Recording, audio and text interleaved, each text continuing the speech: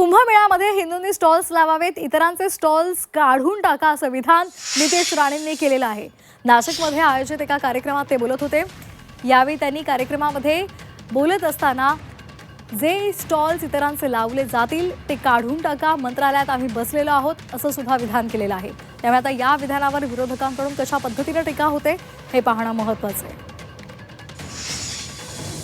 आपल्या कुंभमेळाव्याकडे लक्ष ठेवा, आजूबाजूला फिरलं पाहिजे. हे कोणीही अगर तिथे स्टॉल लावायला आले तो स्टॉल सकट उकडून टाका.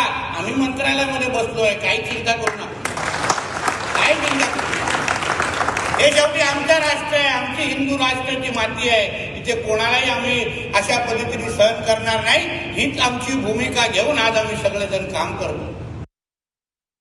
अशा प्रकारे जर कोणी सांगत असेल, बोलत असेल, तर त्याच्यावरती महाराष्ट्राच्या मुख्यमंत्र्यांचं काय म्हणणं आहे ते त्यांच्या कॅबिनेटमध्ये आहे, आणि राष्ट्रपतीचं काय म्हणणं आहे, आणि देशाच्या सर्वोच्च न्यायालयाचं ह्याच्यावरती काय म्हणणं आहे हे एकदा कळावं आम्हाला.